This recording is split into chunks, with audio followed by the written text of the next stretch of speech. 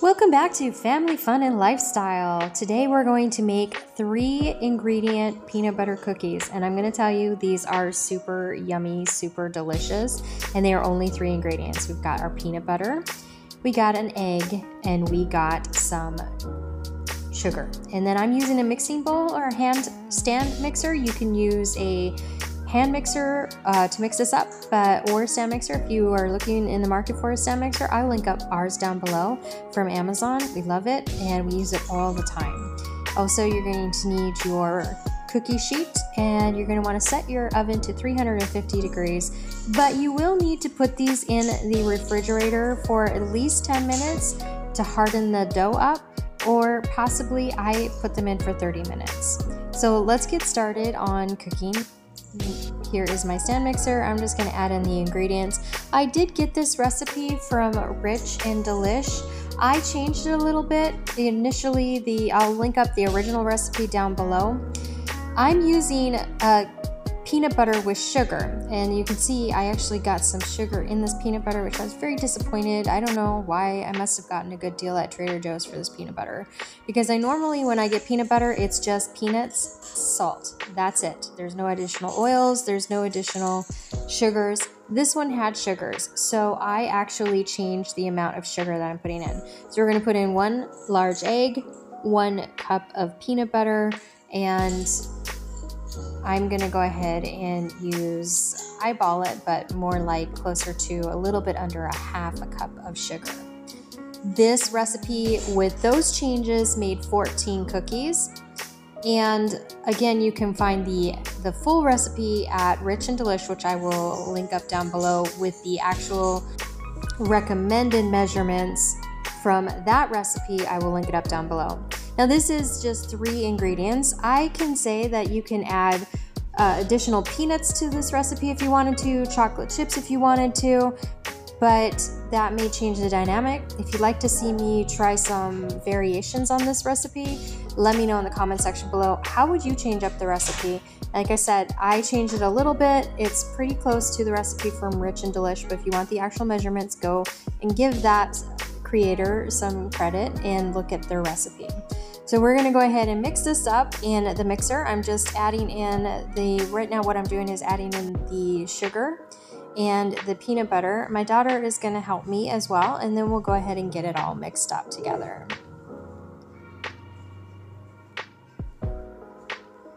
You would be surprised at how yummy these cookies turned out with only 3 ingredients. I am not kidding you, it was super delicious, and it really is our new favorite recipe for peanut butter cookies. If you've done other peanut butter cookie recipes, which we will do on this channel, I've got 3 different recipes. One is a flourless recipe. This is also flourless, but another one is flourless. And then I'm also going to do one with flour. And you're adding in baking soda, baking powder, you're adding in flour, you're adding in vanilla. These are the ingredients that you would add into a normal peanut butter cookie mix. And in this recipe, seriously, it is just those 3 ingredients: peanut butter, sugar, and egg. It's very simple. Most of you have those probably in your cupboard right now, and it makes it a lot more cost effective to make these yummy cookies because it's so simple and easy. Now, I will not say that eggs are cheap at the moment, but in general, it's an actually really great recipe with very few added ingredients. I highly recommend trying it. We'll show you how great these turned out at the end.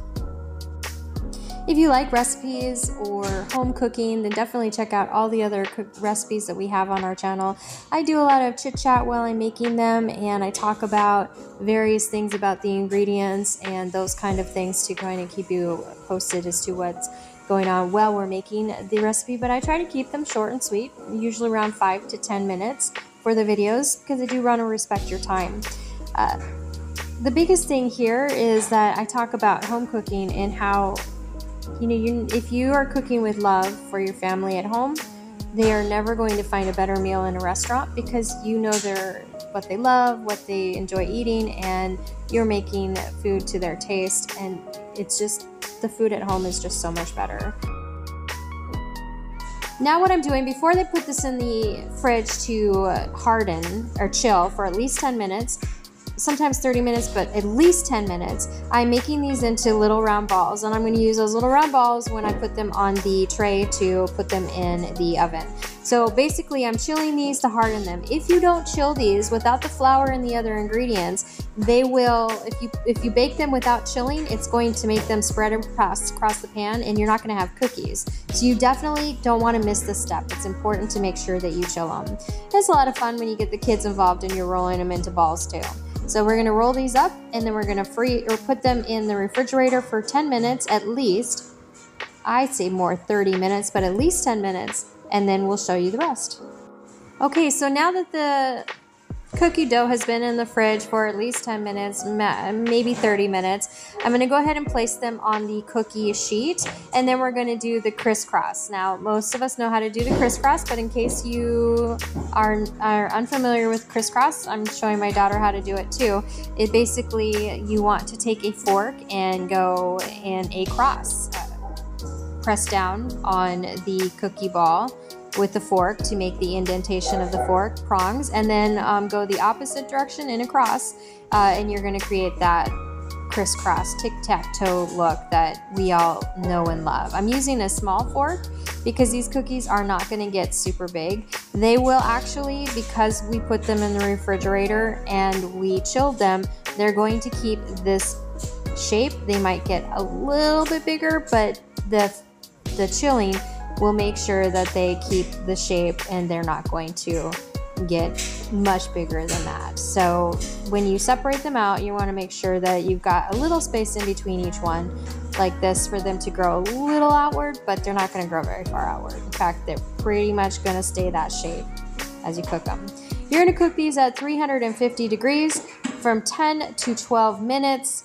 Sometimes you might have, everybody's oven is different, so it might be longer or shorter. Just make sure that you check it probably around 8 minutes, 10 minutes, 12 minutes, and you're going to want to see that they've gotten a little brown. And here is the finished cookie. I'm going to show you how nice these come apart, but we're going to let them cool off first. So you see me feeling them, and they're firm enough to where they're ready to be cooled. And now I'm going to show you how great these look on the inside. Just look at that. Just the perfect amount of chewy and the perfect amount of crispy. These are amazing cookies. Definitely try them and let us know what you think in the comment section below. Thanks so much for watching. Please subscribe, and we'll see you soon. Bye.